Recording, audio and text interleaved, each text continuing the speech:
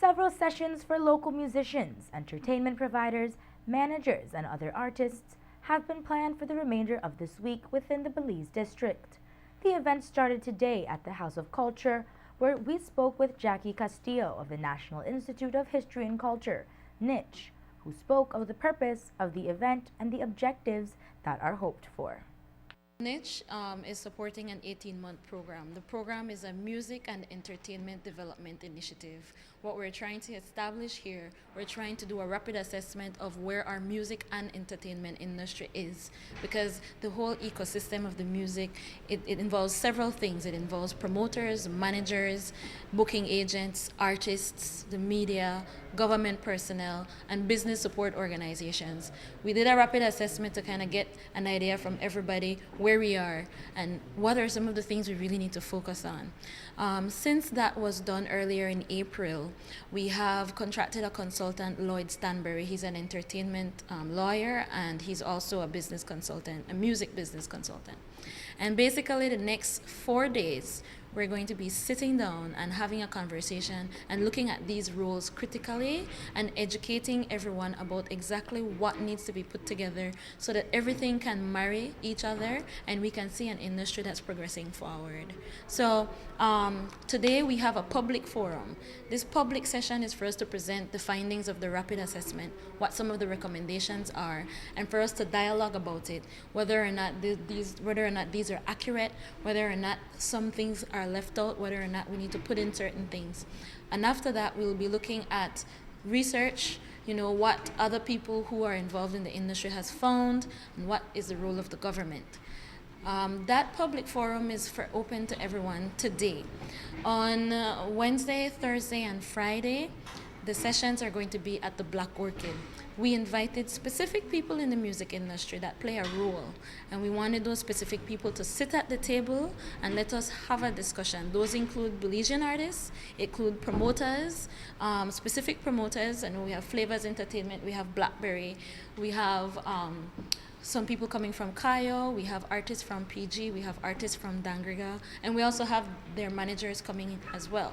So what we're going to be looking at are the areas in the industry where we have some severe gaps, looking at our issues in Belize when it comes to copyright, when it comes to paying royalties to Belizean artists, when it comes to us registering ourselves and having our press kits, when it comes to marketing, branding, social media, what does social media presents for us. And we're going to specifically look at what our roles are, exactly what we need for that. We're going to sit and write it down and commit to making sure that we achieve those goals. So that's going to be happening at Black Orchid, Wednesday, Thursday, and Friday. There is a registration fee for that. It's $50. And you can just call at the Institute of Creative Arts 227-2110 for more information if you'd like to be a part of that process. Speaking at today's session is Orson Ellerington, an entertainment consultant. According to Ellerington, his presentation for day one focuses on guiding and advising artists on how to tap into the existing institutions to try and boost their opportunities and boosting their creative talents or business ideas. Today I'm speaking on the importance of the local institutions and organizations and international organizations, how artists can actually utilize existing infrastructures to further their talents and turn them into a trade, transforming talent into money.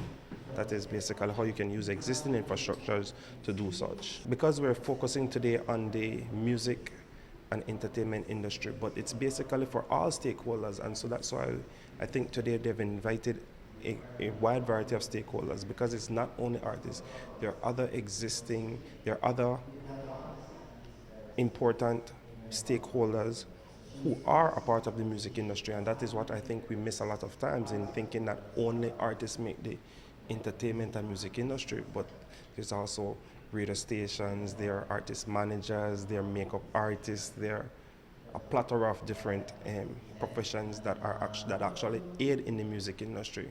Like you heard Mr. Lloyd Stansbury talk about before, attorneys are an important part of the entertainment and music industry. This is actually the backbone upon which the entertainment and music industry is built. While Washington spoke of existing institutions that may be able to lend a helping hand to artists, there remains several hurdles that both artists and their promoters experience. I have identified, and I think that, like I said, the methodology used for this research was by interviewing artists, interviewing producers, interviewing promoters, interviewing nightclub owners, interviewing a variety of stakeholders across the music industry. And so what I basically did was consolidate what were their concerns, what were their ideas, and what were some of the things that they saw as the biggest some of the biggest inhibitors to creating a successful music industry. And one of them was that there's a lack of information sharing. And by that I say that we don't, the existing institutions that are in place, people don't utilize them, and so they don't know that they offer some of the same services that they are seeking. Secondly, obviously, there is always a constant complaint of access to funding, so because it's a service industry, and like every other, they don't have a tangible good where you can approach lending institutions to actually say, well, you know what, I have this talent and I want to pursue this as a business. So obviously that also is a key concern of the stakeholders. And basically that there is not a culture of appreciating the music and entertainment industry as a business as such. And so it is start off as a hobby, something you do on the side, and so once you begin with that mindset and there's that culture, then it kind of proliferates, and you see that in the way people don't want to pay for services. You see that in the way that even the artists approach, in that they don't approach it as a business per se.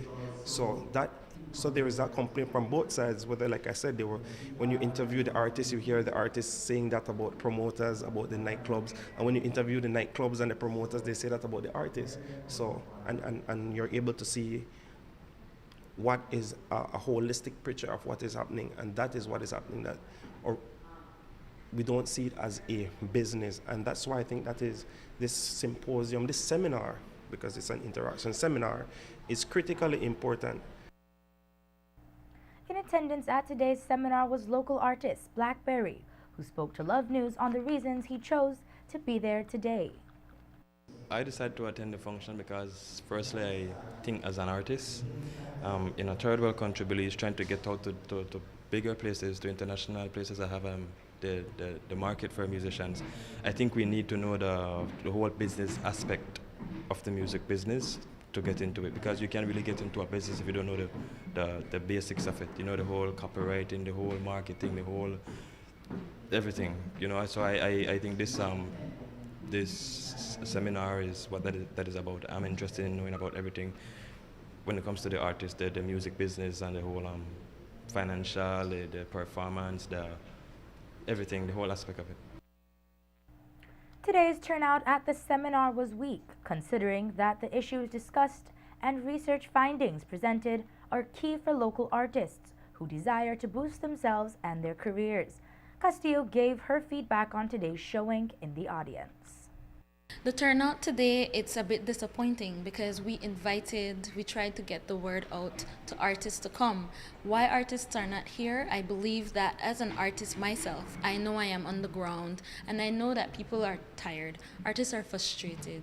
They don't want to hear conversation, they don't want to hear talk, they want to see action.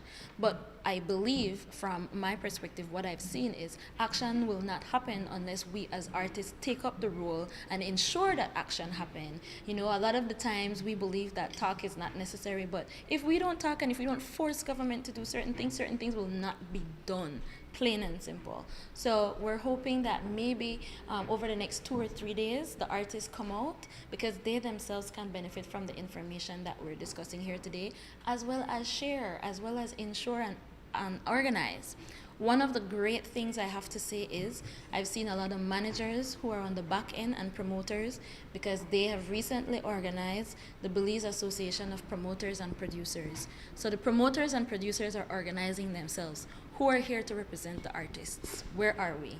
Who's our association? What will we do about it? This morning's events took place at the House of Culture, while the other sessions will be held at the Black Orchid Resort in Burlboom Village, Belize District.